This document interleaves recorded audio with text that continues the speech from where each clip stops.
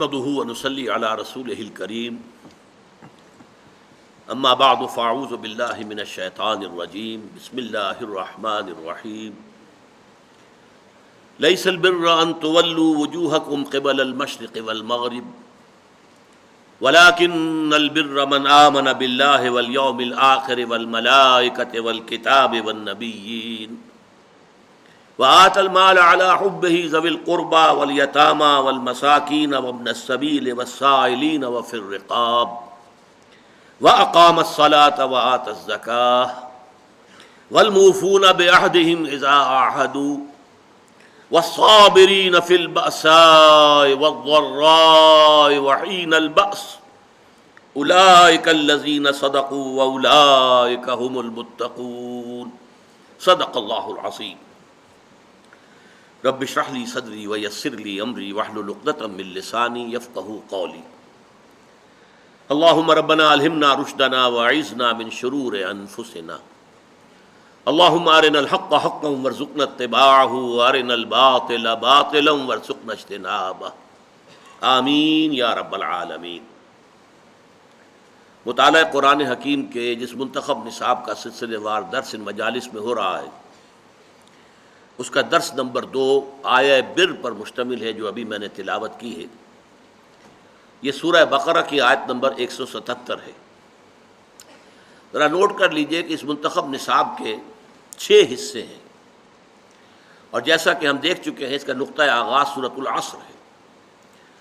سورۃ العصر میں 4 لوازم نجات ہمارے سامنے آئے، تو اس منتخب نصاب کے پہلے حصے میں 3 اور اسباق ایسے جامع ہیں جس میں وہ 4 چیزیں جو ہیں مختلف اسلوب سے، مختلف الفاظ میں، مختلف سیاق و سباق میں جامع طور پر آئی۔ یہ جامع اسباق ہیں، پہلا سورۃ العصر، دوسرا یہ آیہ بر، 2 مزید درس۔ پھر 4 حصے وہ ہیں جن میں ایک میں ایمان کے مباحث آئیں گے، تیسرے میں عمل صالح کے مباحث آئیں گے، چوتھے میں تواصی بالحق کے مباحث آئیں گے، 5ویں میں پھر تواصی بالصبر کے مراحل آئیں گے۔ چھٹا حصہ پھر بہت جامع ہے، سورۃ الحدید، وہ ایک ہی سورت ہے اور وہ بہت جامع ہے، جیسے سورۃ العصر ویسے ہی سورۃ الحدید۔ یہ جو آیہ مبارکہ ابھی میں نے تلاوت کی ہے، اس کے ضمن میں پہلے چند بنیادی باتیں نوٹ کر لیجیے۔ پہلی بات یہ کہ یہ ایک آیت ہے، اس سے پہلے ہم نے ایک سورت پڑھی، سورۃ العصر ایک سورت ہے اور یہ آیت ہے، جبکہ حجم کے اعتبار سے ہمیں نظر آ رہا ہے کہ یہ آیت کہیں زیادہ بڑی ہے، جبکہ سورۃ العصر جو ہے شاید اس کے چوتھے حصے کے برابر ہوگی، بلکہ شاید اس سے بھی کم ہوگی۔ اس حوالے سے یہ بات نوٹ کر لیجئے، قرآن مجید میں آیتیں چھوٹی بھی ہیں، بڑی بھی ہیں، سورتیں چھوٹی بھی ہیں، بڑی بھی ہیں۔ 3 سورتیں ہم دیکھ چکے ہیں جو 3 آیات پر مشتمل ہیں، اور سورہ بقرہ جو ہے 286 آیات پر مشتمل ہے۔ تو آیتیں بھی چھوٹی بھی ہیں، بڑی بھی ہیں، سورتیں چھوٹی بھی ہیں، بڑی بھی ہیں۔ یہ تمام چیزیں جو ہیں، ایک میں چاہتا ہوں اصطلاح آپ نوٹ کر لیں، توقیفی کہلاتی ہیں، توقیفی، توفیقی نہیں، توقیفی۔ یہ موقوف ہیں اس پر کہ حضور نے جو بتایا۔ یہ ایک سورت ہے، چاہے 3 آیات کی ہے، وہ سورت کہلائے گی۔ یہ آیت چاہے اس سے 4 گنا 5 گنا زیادہ ہے حجم میں، یہ ایک آیت ہے۔ تو جو حضور نے فرمایا موقوف ہے حضور صلی اللہ علیہ وسلم کے بتانے پر، اس میں کوئی گرامر کا اصول نہیں ہے، اس میں کوئی بیان کا اصول نہیں ہے، اس میں کوئی انشاء کا اصول نہیں ہے، بلکہ اس میں واحد بنیاد کیا ہے، جیسے کہ حضور صلی اللہ علیہ وسلم نے ہمیں بتایا۔ دوسری بات نوٹ کیجئے کہ اس کا ہم ایک ترجمہ کرتے ہیں رواں، جس سے کہ آپ کو اس کا جو موضوع ہے اس کا اندازہ ہو جائے گا، پھر اس پر تھوڑی سی گفتگو ہوگی۔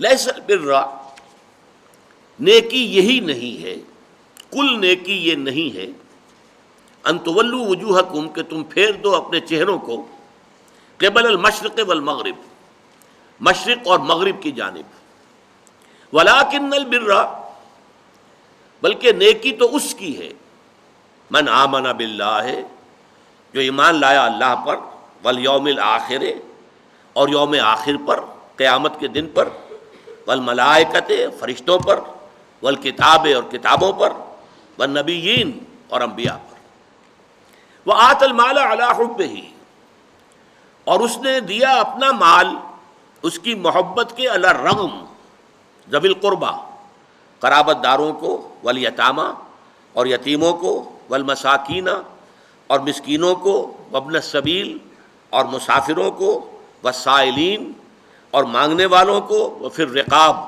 اور لوگوں کی گردنیں چھڑانے میں، وَأَقَامَ الصَّلَاةَ وَآتَى الزَّكَاةَ اور قائم کی اس نے نماز اور ادا کی زکوٰۃ، وَالْمُوفُونَ بِعَهْدِهِمْ إِذَا عَاهَدُوا اور اپنے عہد کو پورے کرنے والے جب کہ کوئی معاہدہ کر لیں، وَالصَّابِرِينَ فِي الْبَأْسَاءِ وَالضَّرَّاءِ وَحِينَ الْبَأْسِ اور خصوصاً وہ جو صبر کرنے والے ہوں فقر و فاقہ میں، تکلیف میں اور جنگ کے وقت۔ اولئک الذین صدقوا یہ ہیں وہ لوگ جو سچے ہیں، صادق ہیں، راست باز ہیں۔ واولئک هم المتقون اور یہی لوگ متقی ہیں۔ اب اس سے جو بات آپ کے سامنے آئی، اس آیت مبارکہ میں نیکی کے ایک محدود تصور یا سطحی تصور کی نفی کرتے ہوئے نیکی کا ایک جامع تصور پیش کیا گیا۔ تفسیر میں بعد میں عرض کروں گا، لیکن اتنی بات سمجھ میں آ گئی کہ نیکی کا ایک خاص تصور تھا جس کی نفی کی گئی۔ لیس البر ان تولوا وجوہکم قبل المشرق والمغرب، دیکھو کل نیکی یہی نہیں ہے کہ اپنے چہرے مشرق اور مغرب کی طرف پھیر دو، ولکن البر، اور اس کے بعد تفاصیل آئی۔ نیکی تو حقیقتاً اس کی ہے جس میں یہ چیزیں پوری ہو رہی ہیں۔ یہ موضوع کس قدر اہم ہے اس کو اچھی طرح سمجھ لیجئے۔ دیکھیے نیکی کا تصور صحیح ہونا کس قدر اہم ہے، اس کی اہمیت کو آپ یوں سمجھیے کہ جو بھی تصور نیکی کا کسی کے سامنے ہوگا وہ اسی پر عمل کرے گا۔ اگر کوئی محدود سا تصور ہے اس کے ہاں نیکی محدود درجے میں رہے گی، کوئی سطحی سا تصور ہے اس کے ہاں نیکی وہ سطحی رہے گی۔ اب مثال کے طور پر میں آپ کو بتاؤں، ہمارے ہاں عام طور پر الا ماشاء اللہ کٹر مذہبی قسم کے جو لوگ ہوتے ہیں وہ شریعت کے ظاہری احکام میں بہت سخت، بہت متشدد، ذرا سا ادھر سے ادھر ہو گیا، کسی نے حنفی مسجد میں رفع یدین کر لیا تو قیامت برپا ہو گئی، یہ کون آ گیا ہمارے یہاں؟ حالانکہ کون سی بڑی قیامت آ گئی اس میں؟ کسی نے اونچی زبان سے اونچی آواز میں اگر آمین کہہ دی تو ایک مصیبت ہو گئی۔ تو ان چیزوں میں تو بڑے جازم، بڑے پختہ اس پہ جھگڑے کریں گے، مناظرے کریں گے، لیکن عام طور پر دیکھا گیا ہے دل کے کٹھور، سخت دل، عام طور پر دیکھا گیا ہے کہ ان میں وہ رقت قلب نہیں ہوتی، انسانی ہمدردی نہیں ہوتی۔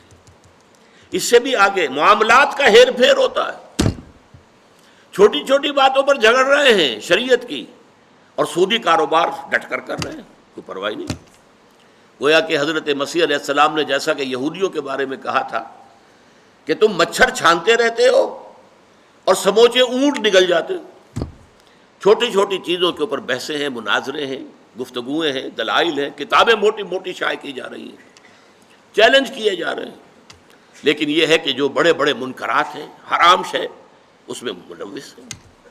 تو یہ ایک نیکی کا ایک خاص تصور ہے کہ جو ہمارے ہاں ایک مذہب کا جو کٹر مذہبی طبقہ ہے عام طور پر اس کے اندر پایا جاتا ہے، اور اسی کا رد عمل ہے کہ ہمارے ہاں کا نوجوان طبقہ جو ہے، ظاہر بات ہے کہ نوجوان حساس ہوتے ہیں، بلکہ ایسے لوگوں کی اپنی اولادیں جو ہیں ان میں ایک رد عمل پیدا ہو جاتا ہے، اس لیے کہ ان سے چھپا نہیں ہوتا اپنے باپ کا کردار کہ یہ نیکی کے کس تصور پر عمل پیرا ہے، اس کا کردار حقیقتاً کیا ہے۔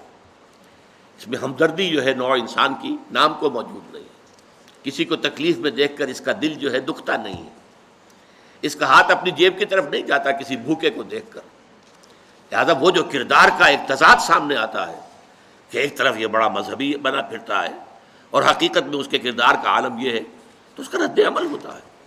نوجوان حساس ہوتے ہیں اور ان کی سوچ بالعموم صحیح ہوتی ہے، غلط نہیں ہوتی۔ یہ دوسری بات ہے کہ رد عمل میں انسان دوسری انتہا کو نکل جائے۔ تو ایک تصور تو یہ ہے ہمارے معاشرے کے اندر جو مذہبی طبقات ہیں اور زیادہ کٹر قسم کے جو مذہبی لوگ ہیں ان کے اندر آپ کو یہ تضاد نظر آئے گا۔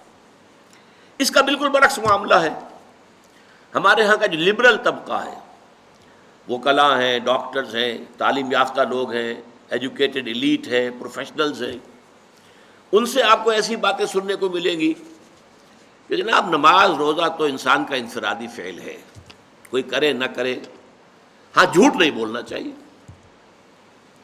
ایفاء عہد ہونا چاہیے، کسی کو دھوکہ نہیں دینا چاہیے. یہ بالکل برعکس کہ معاملات انسانی کے اندر اپنا فرض ادا کرنا چاہیے. آپ اگر کہیں ملازم ہیں اور تنخواہ لے رہے ہیں تو اپنے فرائض منصبی جو ہے پوری طریقے سے تہہ دل سے ادا کریں، پورا اس کا حق ادا کریں، تاکہ آپ کے لیے اس میں ریمونریشنز آپ کو تنخواہ اور الاؤنسز مل رہے ہیں وہ جائز ہو جائیں.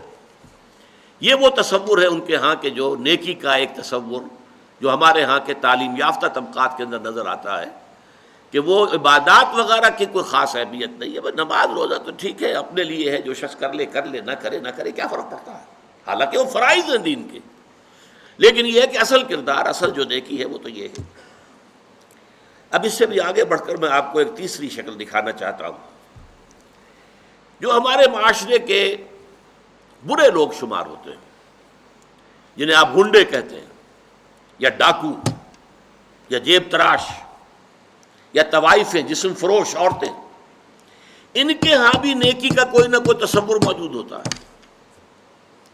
میں آپ سے عرض کروں گا کہ واقعہ یہ ہے کہ جیسے ہمیں جو ہماری طبعی زندگی ہے، ظاہری جسمانی زندگی کے لیے ہوا چاہیے، پانی چاہیے، غذا چاہیے. ہوا نہیں ملے گا، بند ہو جائے گی تو مر جائے گا فوراً، وہ تو بہت جلدی مرے گا. پانی نہیں ملے گا تو چند دن شاید جھیل جائے، مرے گا. کھانا نہیں ملے گا تو شاید چند زیادہ دن جھیل جائے لیکن پھر مرے گا. تو جیسے ہماری اس زندگی کے لیے، جسمانی زندگی کے لیے، حیات جسمانی کے لیے ہوا، پانی، غذا لازم ہے، اسی طرح انسان کی باطنی زندگی کے لیے ایک لازمی شے یہ ہے کہ وہ اپنے ضمیر کو مطمئن کرے کہ اگرچہ میں بہت برا آدمی ہوں، میرا یہ کام غلط ہے، لیکن میں فلاں نیکی بھی تو کرتا ہوں نا. وہ نیکی کے کسی نہ کسی تصور کو، تاکہ اپنے ضمیر کو مطمئن کرے. ضمیر کی خلش جو ہے وہ در حقیقت اس کو چین نہیں لینے دے گی جب تک کہ وہ اپنے ضمیر کی خلش کو مٹانے کے لیے کہ میں برا ہوں، ٹھیک ہے، میں ڈاکو ہوں، لیکن دیکھو میں یتیموں کی پرورش کرتا ہوں، میں تو ان لوگوں کے ہاں ڈاکہ ڈالتا ہوں نا جنہوں نے دولت کے انبار جمع کر لیے، حرام خوری کے ذریعے سے لوگوں کا خون چوسا ہے. ان سیٹھوں نے، ان کارخانے داروں نے غریب مزدوروں کے خون سے اپنے یہ محل تعمیر کیے. ہم ڈاکہ وہاں ڈالتے ہیں. اور یہ معلوم آپ نے سنا ہوگا، یہ کہانیاں ہیں کہ اپنے اپنے علاقوں کے یہ ڈاکو لوگ جو بڑے مشہور ہوئے ہیں ڈاکو، وہ اپنے اپنے علاقوں کے بیواؤں کے سرپرست، یتیموں کے سرپرست، وہاں خیر کے کام کرنے والے، تاکہ وہ اپنے ضمیر کو مطمئن کریں کہ ہمارے ہاں اگر یہ ہے تو یہ بھی ہے، آخر ہم نے نیکی کا ایک بندوبست تو کیا ہوا ہے نا. اس طرح جیب تراش آپ کو مل جائے گا. ان کے ہاں بھی ایک رولز آف کانڈکٹ ہیں. آپ کے علم میں ہوگا کہ علاقے تقسیم ہوتے ہیں اور وہاں جتنے جیب تراش ہوتے ہیں ان کا ایک گروہ ہوتا ہے، اور ہر ان میں سے کارکن جو ہے وہ جتنی بھی جیب تراش کر کے جو رقم شام تک جمع کرے گا اسے لا کر گروہ کے پاس رکھ دینا لازم ہے. اگر اس میں سے کچھ رکھے گا تو بے ایمان ہے. یعنی جہاں تک جیب تراشی کا تعلق ہے اس میں بے ایمانی کا کوئی تعلق نہیں. پیشے میں عیب نہیں، رکھیے نا فرہاد کو نام. پیشہ جو ہے وہ تو پیشہ ہے ہمارا، لیکن بے ایمان وہ شمار ہوگا کہ جس نے جو بھی کمائی دن بھر کی تھی وہ ساری لا کر گرو کے سامنے نہیں رکھ دی، پھر وہ گرو تقسیم کرے گا. یہ ان کے ہاں کے ہیں رولز آف کانڈکٹ ہیں. ان میں ذرا سا ادھر سے ادھر ہو جائیں گے آپ تو ظاہر بات ہے کہ اس میں پھر اس کو بے ایمانی کہیں گے. مجھے یاد آ رہا ایک واقعہ، ہمارے ہاں منٹگمری میں جو اب ساہیوال کہلاتا ہے، ایک خاتون تھی، اچھے گھرانے کی خاتون تھی، لیکن برے دن ان پر آئے. وہ ہمارے ہاں کچھ ہماری والدہ صاحبہ مرحومہ کا ہاتھ بٹانے کے لیے آ جاتی تھی، کام کرتی تھی، والدہ ان کی کوئی مدد کرتی رہتی تھی. انہوں نے لا کے ایک دن ہماری والدہ صاحبہ کے پاس، مرحومہ کے پاس، اگرچہ ہمیں معلوم نہیں ہوا، کچھ زیور رکھ دیا کہ میرا بیٹا ہے، اس نے یہ زیور تیار کیا اپنی شادی کے لیے، یہ آپ اپنے پاس رکھ لیجئے، اور اس وقت فوری رقم ہمیں ضرورت ہے تو اتنی رقم خرچ دے دیجیے. والدہ نے دے دیا، معاملہ سمجھا جیسے کہ ہوتا ہے. بعد میں معلوم ہوا کہ وہ تو چوری کا مال تھا، اور اس کا بیٹا جو ہے وہ ایک طوائف کے ہاں ملازم تھا اور طوائف کی چوری کی. اب جب یہ معاملہ پولیس میں گیا تو تو پولیس کے سامنے جب یہ بات کھلی کہ مال تو ہے وہ ڈاکٹر اسرار صاحب کی والدہ کے پاس، میرے پاس آئی پولیس، میں نے کہا ہاں بھائی ہوا تو ہے، میں نے والدہ سے پوچھا، انہوں نے کہا ہاں ہے۔ وہ جا کر جو ہے وہاں پر ہم نے زیور رکھ دیا۔ وہاں میں نے دیکھا وہ طوائف وہاں موجود تھی۔ اب دیکھیے جسم فریب شہرت ہمارے معاشرے میں ہم انہیں کتنا گھٹیا سمجھتے ہیں، لیکن وہاں وہ دھڑلنے سے بات کر رہی تھی کہ جیسے وہی کہ پیشے میں عیب نہیں، رکھیے نہ فرحات کو نام، یہ تو پیشہ ہے نا۔ اس نے اس لڑکے کے بارے میں کہا جی بڑا ہی چنگا لڑکا سے ہی بڑا کم کرتا رہا، پتہ نہیں کب بندہ جو ہے وہ بے ایمان بندے دیر ہی نہیں لگی۔ اب وہ بے ایمان اب ہوا جب کہ اس نے چوری کی، ورنہ ساری ایمانداری ان کے گھر کے اندر چل رہی تھی، پورا جو اس کا پروفیشن تھا اس میں بھی کوئی بری بات نہیں تھی۔ اور یہ آپ کو معلوم ہے کہ یہ طوائفیں جو ہے جب محرم کے دن آتے ہیں، تعزیے نکلتے ہیں، تو کالے کپڑے پہن کر جلوسوں کے ساتھ جانے والیاں، پھر یہ کہ سبیل لگانے والیاں، اور یہ کہ جو ہمارے ہاں اولیاء اللہ کے مقابر ہیں ان کے جو بھی مزارات ہیں ان پر جب عرس ہوتے ہیں تو وہاں جا کر دھمال کھیلنے والی ہیں، یہی ہے نا، وہ کام نیکی کا کر رہی ہیں، فلاں بزرگ کے ہاں جا کے گئی ہیں نا، وہاں جا کر دھمال کھیلا ہے، وہ تو اصل میں اپنے بزرگ کے ساتھ عقیدت کے حوالے سے کیا ہے، یا یہ کہ احترام ہو رہا ہے محرم کا۔ اس طریقے سے واقعہ یہ ہے کہ کوئی نہ کوئی نیکی کا تصور ہر برے سے برا انسان اپنے دل میں رکھتا ہے، تب اپنے آپ کو مطمئن کرتا ہے۔ اگر نہ ہو تو رات کو نیند نہیں آئے گی، آدمی پاگل ہو جائے گا، آدمی کی اندر سے شکست ہو جائے گی، شکست و ریخت ہو جائے گی اس کی شخصیت کی، ٹوٹ پھوٹ کر رہ جائے گا انسان اپنے اندر سے۔ تو یہ نیکی کے بہت سے تصورات ہیں جو ہمارے معاشرے کے اندر آج موجود ہیں۔ یہ ہے بہت اہم موضوع۔ یہاں اس سورہ آیت مبارکہ میں ایک خاص واقعہ جو ہے اس کا پس منظر ہے، اس کو سمجھ لیجئے کہ یہ موضوع یہاں زیر بحث کیسے آ گیا۔ یہ تیسرا نقطہ ہے، اس کو شان نزول بھی کہتے ہیں، اور در حقیقت یہ میں اس کے لیے لفظ استعمال کر رہا ہوں پس منظر۔ اس آیت کے پس منظر میں تحویل قبلہ کا جو واقعہ ہوا ہے وہ ہے، آپ کے علم میں ہوگا کہ حضور جب تک مکے میں رہے آپ نماز ایسے پڑھتے تھے، خانہ کعبہ کے جنوبی سمت میں کھڑے ہوتے تھے، جو رکن یمانی ہے، اور دوسرا وہ رکن ہے جس میں کہ حجر اسود نصب ہے۔ ان دونوں کے درمیان اگر کوئی شخص کھڑا ہوگا تو اس کو کہتے ہیں استقبال القبلتین، بیک وقت خانہ کعبہ بھی سامنے ہے اور بالکل سیدھ میں بیت المقدس بھی سامنے ہے۔ استقبال القبلتین مکے میں رہتے ہوئے ممکن تھا، اس لیے کہ اگر آپ خانہ کعبہ کے جنوب میں کھڑے ہیں تو آپ کے سامنے کعبہ ہے اور اسی سیدھ کے اندر بیت المقدس بھی ہے۔ لیکن جب آپ ہجرت فرما کر تشریف لے آئے مدینہ منورہ، اب مدینہ منورہ کے جنوب میں ہے بیت اللہ، خانہ کعبہ مکہ مکرمہ، اور شمال میں ہے بیت المقدس، لہذا اب استقبال القبلتین تو ممکن نہیں۔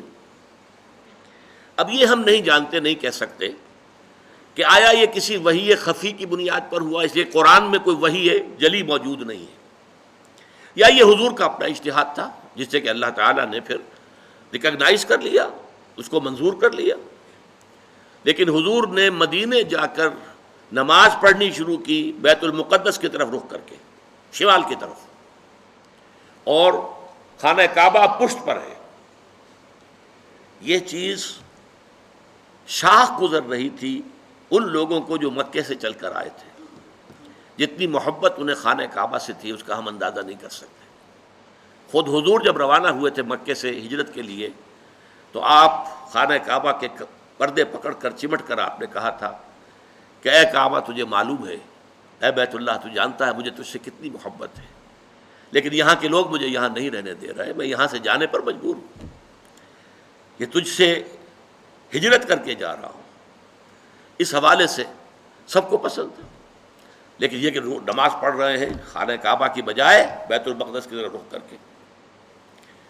اس کے بعد 16-17 مہینے کے بعد قرآن مجید میں حکم آ گیا، قد نرى تقلب وجهك في السماء فلنولينك قبلة ترضاها فول وجهك شطر المسجد الحرام۔ اے نبی ہم آپ کے چہرے کا بار بار آسمان کی طرف اٹھنا دیکھتے رہے ہیں۔ حضور انتظار کر رہے تھے کہ کب حکم آئے کہ ہم خانہ کعبہ کی طرف رخ کر لیں۔ اس سے میرا گمان یہ ہے کہ وحی خفی کی بنیاد پر حضور کا فیصلہ تھا۔ قرآن مجید میں جو وحی آ گئی ہے شامل ہے، اسے وحی جلی کہتے ہیں، اور حضور پر اور بھی وحی ہوتی تھی، وحی خفی جو قرآن مجید میں شامل نہیں ہے۔ بہت سی احادیث در حقیقت وہ وحی ہی پر مبنی ہے، لیکن وہ باللفظ نہیں ہے، بالمعنی ہے، اور وہ وحی جلی نہیں ہے، وحی خفی ہے۔ تو یہ معلوم ہوتا ہے وحی خفی کی بنیاد پر تھا، لیکن حضور پر بھی شاخ گزر رہا تھا اور مکے والوں پر بھی شاخ گزر رہا تھا، اور حضور بار بار آسمان کی طرف نگاہ اٹھاتے تھے کب جبرائیل آئیں اور کب یہ حکم ہو کہ ہم اپنا رخ بدل دیں اور بجائے شمال کی طرف رخ کر کے نماز پڑھنے کے جنوب کی طرف رخ کر کے نماز پڑھیں۔ تو اللہ فرماتا ہے قد نرا تقلب وجهك في السماء فلنولينك قبلة ترضاها۔ اے نبی ہم دیکھتے رہے ہیں آپ کے چہرے کا آسمان کی طرف بار بار اٹھنا، تو لیجئے ہم بدل دیتے ہیں، آپ کا چہرہ کر دیتے ہیں رخ خودی طرف جو آپ کو پسند ہے۔ فول وجهك شطر المسجد الحرام، تو اب اپنا رخ پھیر دیجئے مسجد حرام کی طرف۔ فیصلہ حکم آ گیا۔ اب یہاں نوٹ کیجئے، یہاں وہ جو مذہبی ایک خاص ذہنیت تھی جس کا میں نے پہلے ذکر کیا تھا، جن کے نزدیک ظواہر کی بہت اہمیت ہے۔ ہر عمل کا ایک تو ہے باطن، اس کی روح، ایک اس کا ظاہر ہے، لیکن عام طور پر جو کٹر قسم کے اور جو زیادہ سمجھدار لوگ نہیں ہوتے، ان کے اندر زیادہ اہمیت جو ہے وہ ظواہر کی ہو جاتی ہے، باطن کی طرف توجہ نہیں ہوتی، روح کی طرف جو ہے توجہ نہیں ہوتی۔ تو کچھ نہ کچھ مسلمانوں میں بھی ایسے حضرات تھے، لیکن اس سے بڑھ کر یہودیوں نے ایک طوفان اٹھا دیا۔ پہلے تو یہودی خوش تھے، انہیں یہ احساس ہوا کہ محمد تو ہمارے کیمپ فالوور ہیں، جب ہمارے قبلے کی طرف رخ کر کے انہوں نے نماز پڑھنی شروع کی ہے، اس کا مطلب ہے کہ وہ ہی از فالوئنگ اس، تو ہمارے پیروکار ہو گئے، تو جھگڑا کائے کا ہے۔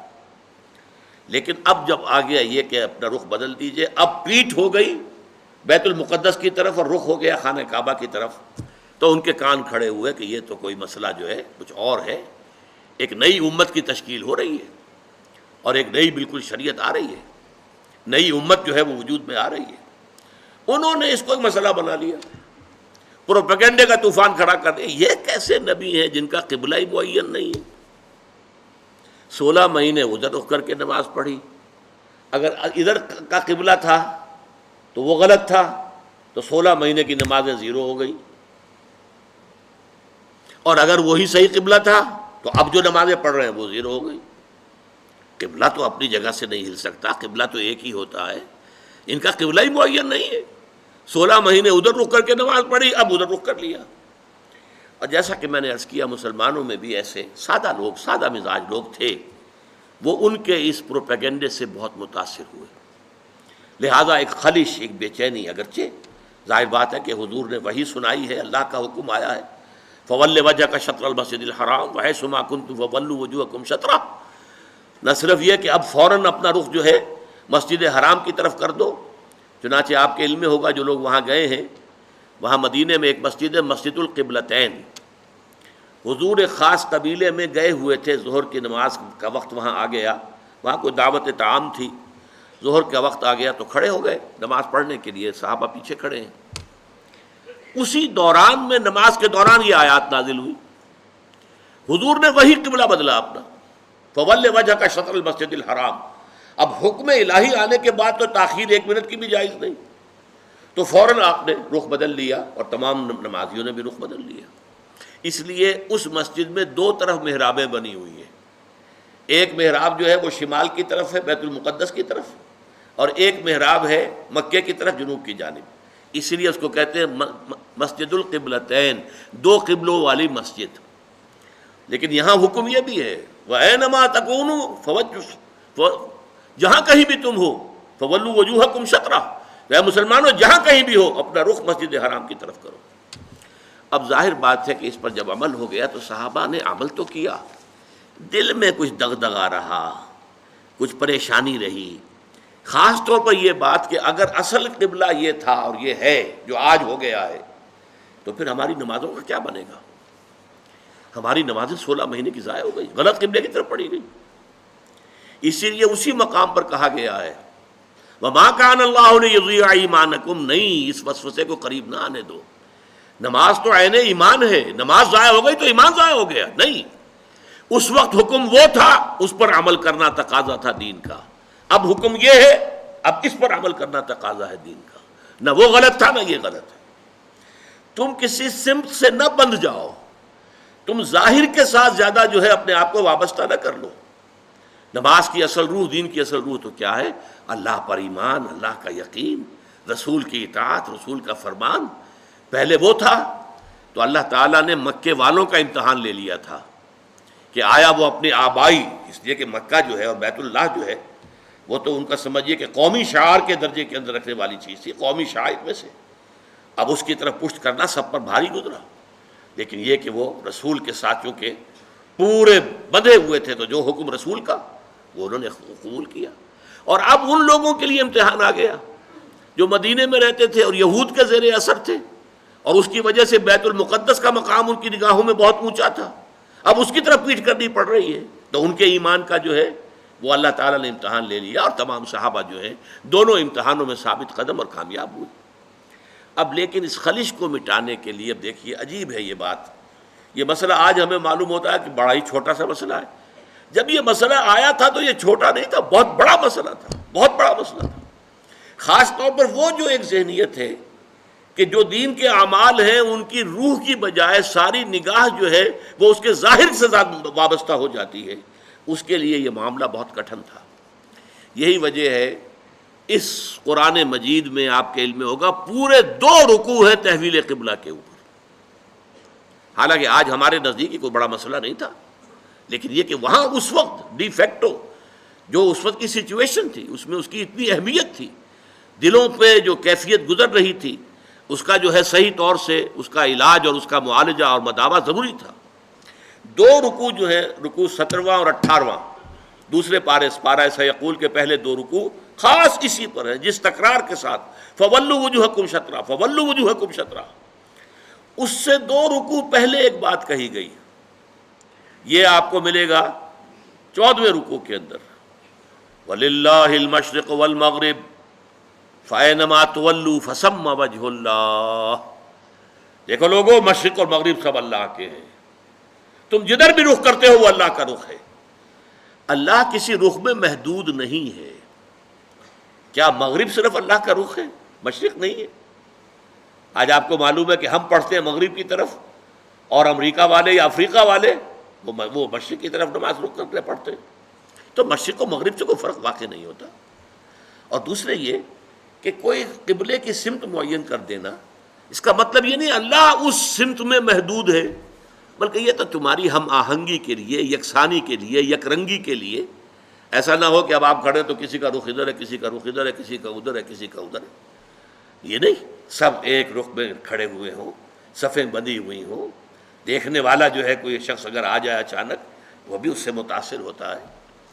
ایک فرانسیسی سیاح صرف اس منظر کو دیکھ کر ایمان لے آیا تھا. وہ آیا تھا مصر سیاحت کے لیے، اور وہ جو بہت بڑا وہاں کا دارالعلوم ہے جامع الازہر، اس کی جو جامع مسجد ہے اس کے وہ مینار پر چڑھ گیا. عصر کا وقت تھا، مینار کے اوپر سے اس نے منظر دیکھا، صحن میں عصر کی جماعت ہو رہی تھی. اب ایک امام کے پیچھے کھڑے ہیں، سیدھی سیدھی صفیں بندھی ہوئی ہیں، ایک امام کا کوشن ہے اور وہ جھک رہے ہیں، اور اسی طرف سے کوشن آئی ہے وہ کھڑے ہو گئے ہیں. یہ منظر ایسا اس کے دل کے اوپر اس نے اثر کیا، وہ ایمان لے آیا کہ جس مذہب کی عبادت اتنی منظم، اس کے اندر یہ رنگ ہے، گویا کہ ملٹری پریڈ ہو رہی ہے. اس طرح کا انداز عبادت کا، ایک تو کلیکٹیو، انفرادی نہیں، اجتماعیت کی اہمیت، اور پھر اس کے اندر وہ رنگ اور یکسانی، ہم رنگی دیکھ کر. تو اس طریقے سے تمہارے اندر یک رنگی پیدا کرنے کے لیے ایک رخ معین کر دیا. اس کا یہ مطلب نہیں اللہ اسی رخ میں ہے. للہ المشرق والمغرب، مشرق و مغرب سب اللہ کے لیے ہے. فَأَيْنَمَا تُوَلُّوا فَثَمَّ وَجْهُ اللَّهِ، جدھر بھی تم رخ کرو اللہ کا رخ ہے. شمال بھی اللہ کا، جنوب بھی اللہ کا، مشرق بھی اللہ کا، مغرب بھی اللہ کا. اللہ تعالیٰ کسی رخ میں جو ہے محدود نہیں ہے. اس کو خوب کہا ہے غالب نے ہے پرے سرحد ادراک سے اپنا مسجود. قبلے کو اہل نظر قبلہ نما کہتے ہیں، یعنی ہم جسے سجدہ کر رہے ہیں کعبے کو سجدہ نہیں کرتے ہم. چاہے وہ لوگ جو مسجد حرام میں کھڑے ہو کر وہ وہاں پر صفیں باندھے ہوئے کعبے کے گرد کھڑے ہوئے ہیں، مسجود کعبہ نہیں ہے، معاذ اللہ، مسجود صرف اللہ ہے. اس لیے ہے پرے سرحد ادراک سے اپنا مسجود. مسجود ہمارا جو ہے وہ تو ادراک، ہمارے عقل اور فہم اور ہمارے تخیل اور تصور سے وراء الورا ثم وراء الورا ثم وراء الورا، ہے پرے سرحد ادراک سے اپنا مسجود. قبلے کو اہل نظر قبلہ نما کہتے ہیں. یہ قبلہ نما ہے، اصل میں یہ ایک ڈائریکشن ہے جو معین کر دی گئی ہے. بس یہ ہے، اس سے زیادہ اس کی اہمیت نہ سمجھو. یہ بات کہہ کر پھر 2 رکوعوں کے بعد وہ پورے 2 رکوع آئے جس میں کہ یہ حکم تحویل قبلہ کا حکم آ گیا. سَيَقُولُ السُّفَهَاءُ مَا وَلَّاهُمْ عَنْ قِبْلَتِهِمُ الَّتِي كَانُوا عَلَيْهَا.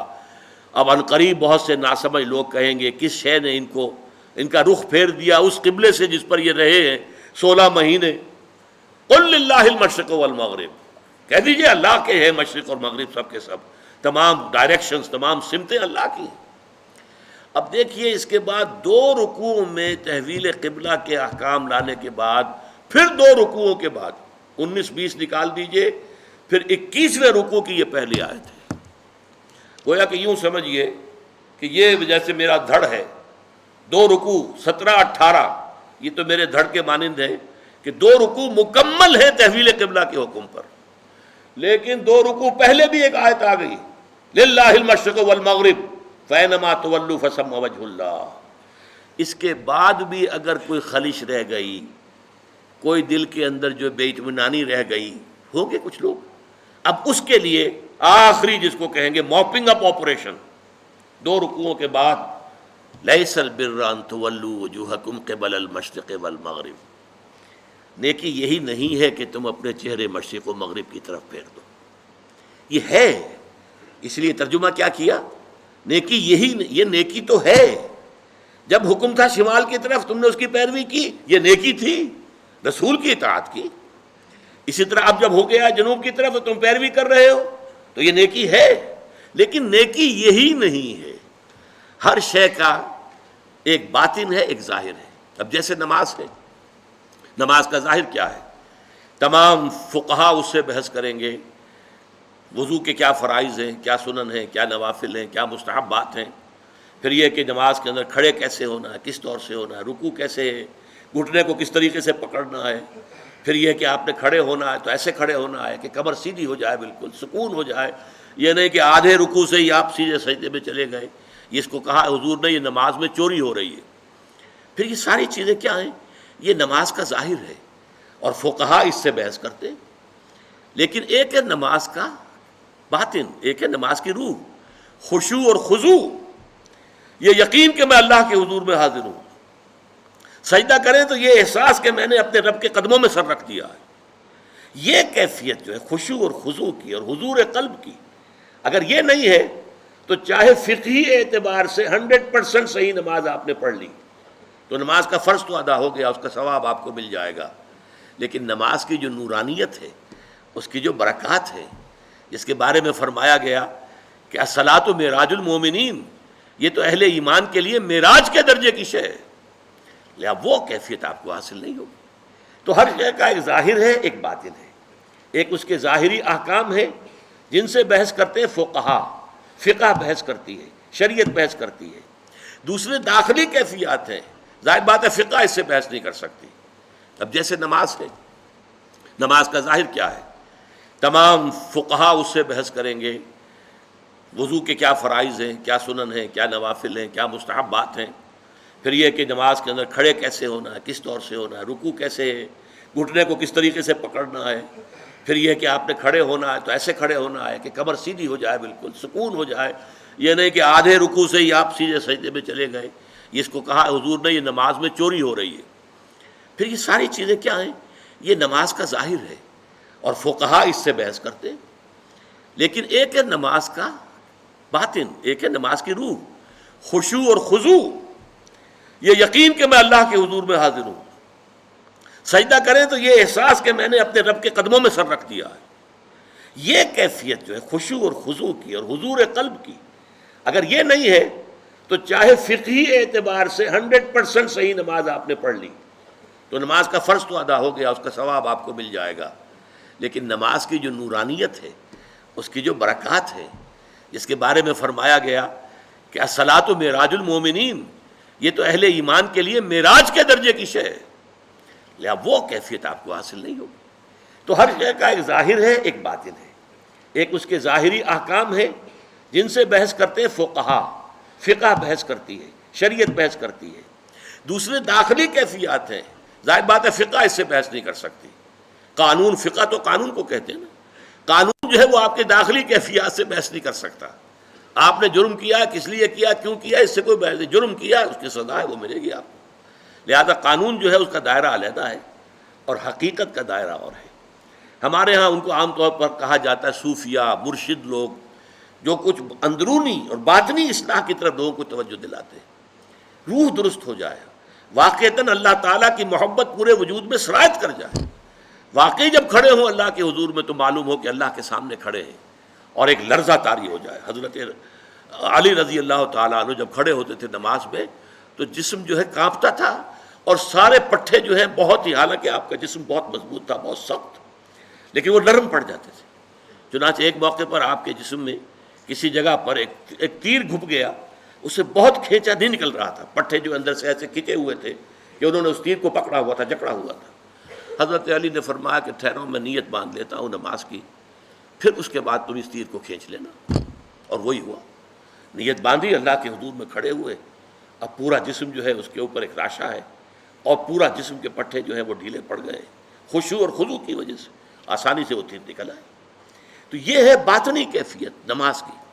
تو اس لیے اے مسلمانوں، تمہیں اب بھی اگر کوئی خلیش ہے، یہ ساری باتیں تمہیں بتا دی گئی، اللہ کا حکم آ گیا، اس سب کے باوجود اگر خلیش ہے تو پھر دوبارہ سن لو، لیس البر ان تولوا وجوہکم قبل المشرق والمغرب. دیکھو نیکی صرف یہی نہیں ہے کہ مشرق و مغرب کی طرف رخ کر دو، اگرچہ یہ بھی نیکی ہے جب اللہ کے حکم کے مطابق ہوگا، رسول کے حکم کے مطابق ظاہر ہوگا. ظاہر کی بھی اہمیت ہے، لیکن کل ظاہر نہیں ہے، ظاہر ہی کو کل نہ سمجھ لو، اور اس کی روح پر اور اس کی جو باطنی جو اس کے اندر جذبہ ہو رہا کیا چاہیے کار فرما، اس پر بھی نگاہ رکھو. وَلَٰكِنَّ الْبِرَّ مَنْ آمَنَ بِاللَّهِ وَالْيَوْمِ الْآخِرِ. اب نیک یہاں پہ در حقیقت وَلَٰكِنَّ الْبِرَّ بِرُّ مَنْ آمَنَ بِاللَّهِ اس میں حذف کر دیا گیا ہے، بلکہ نیکی، حقیقی نیکی تو اس کی ہے جو، اب یہاں ظاہر بات ہے کہ اس سے آگے آج ہمارا وقت ختم ہونے والا ہے، اب اگلے اتوار کو اصل میں تو پڑھنا ہے. اس وقت ایک نقطہ نوٹ کر لیجئے، سورۃ العصر کا اور اس آیت البر کا ایک تقابل کر لیجئے. دیکھیے سورۃ العصر میں ایک لفظ آیا تھا والعصر ان الانسان لفی خسر الا الذین آمنوا.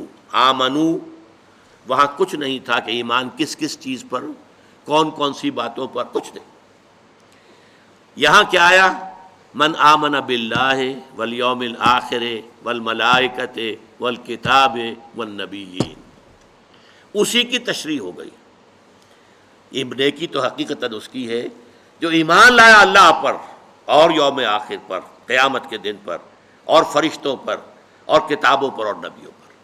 تو اس کی میں مثال دیا کرتا ہوں کہ جیسے ایک بند کلی ہو، کلی ابھی بند ہے، موتیے کی ہے، چمیلی کی ہے، کلی ہے، بند ہے، گلاب کا کلی ہے، بند ہے. اس کے اندر پتیاں موجود ہوتی ہیں، آپ زبردستی کھول کے دیکھیں گے تو نظر آ جائے گا پتیاں تو ہیں، پتیاں ظاہر نہیں ہوئیں. وہ کلی کھلی، پھول بنا، اب پتیاں ظاہر ہو گئی. تو وہاں ایمان جو ہے وہ بند کلی کے مانند تھا، ان الانسان لفی خسر الا الذین آمنوا. لیکن اس ایمان کی کلی کے اندر جو 5 پتیاں موجود تھیں وہ کھل گئیں یہاں پر آ کر. وَلَٰكِنَّ الْبِرَّ مَنْ آمَنَ بِاللَّهِ وَالْيَوْمِ الْآخِرِ وَالْمَلَائِكَةِ وَالْكِتَابِ وَالنَّبِيِّينَ. تفصیلی بحث اس پر بعد میں ہوگی. اس کے بعد وہاں لفظ کیا تھا؟ وَعَمِلُوا الصَّالِحَاتِ. اس عمل الصالحات کے اب یہاں پر 4 شاخیں آ رہی ہیں. اس کی تمثیل بہترین میرے نزدیک ہے کہ درخت کا ایک تنا ہے، اس میں ایک شاخ نکلی، دوسری نکلی، تیسری نکلی، چوتھی نکلی، 4 شاخیں. عمل صالح کی 4 شاخیں آ رہی ہیں جو یہاں پر آ رہی ہیں. سب سے پہلی کیا ہے؟ وآت المال علی حبہ ذوی القربى والیتامى والمساکین وابن السبیل والسائلین وفی الرقاب. اس کا ایک جامع لفظ لائیں گے تو انسانی ہمدردی. سب سے پہلا جو ہے، پہلی شاخ، اہم ترین شاخ انسانی ہمدردی ہو، کہ انسان کسی کو دکھ میں دیکھے تو خنجر چلے کسی پہ، تڑپتے ہیں ہم امیر، سارے جہاں کا درد ہمارے جگر میں ہے. اسی کو ہمدردی کہتے ہیں. ہمدردی کیا معنی؟ ہم جماعت، ہم عصر، ایک زمانے کے لوگ، ایک جماعت میں پڑھنے والے طالب علم، ہم جماعت، ہم درد، جن کا درد کامن ہو جائے. تکلیف آپ کو ہو رہی ہے، میں بھی محسوس کر رہا ہوں اس تکلیف کو اپنے دل میں، اس کا نام ہمدردی ہے.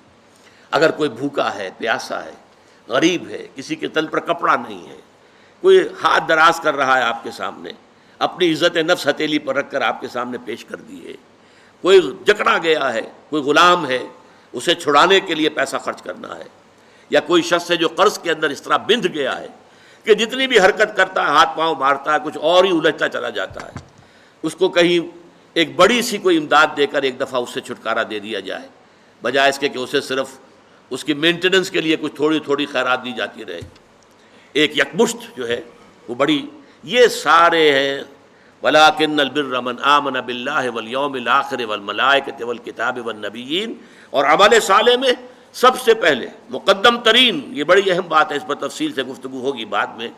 اور دیا اس نے مال اس کے محبت کے علی الرغم، مال ہر ایک کو محبوب ہے، لیکن وہ آدمی اپنا مال دے رہا ہے، وہ نیک اگر حقیقتاً ہے، کس کو دے رہا ہے؟ اپنے غریب قرابت داروں کو سب سے پہلے وہ ہیں، پھر یتیم، مسکین، مسافر. حالت مسافرت میں یہ کیفیت عام طور پر طاری ہو جاتی ہے کہ آدمی کو ضرورت ہوتی ہے مدد کی. وسائلین، مانگنے والے، وفی الرقاب، گردنوں کی چھڑانے میں. دوسری شاخ واقام الصلاۃ، نماز قائم کی. تیسری شاخ وآت الزکاۃ، زکوٰۃ ادا کی. یہ دو عبادات کی شاخیں ہو گئی. پہلی شاخ انسانی ہمدردی، دوسری دو شاخیں عبادات میں جو اصل ہیں، بنیادی ہیں، صلاۃ اور زکوٰۃ. نمبر 3 والموفون بعہدہم اذا عاہدوا. یہ بھی عمل کی ایک بات ہے. جب کوئی معاہدہ ہو جائے، کوئی کانٹریکٹ ہے، کوئی پرومس ہے، اس کو پورا کرنا. اس میں سٹریم لائننگ ہو جاتی ہے، اس لیے کہ تمام معاملات جو انسانی ہیں وہ معاہدے کے بل پر چلتے ہیں، کانٹریکٹ کے بیسس پر چلتے ہیں.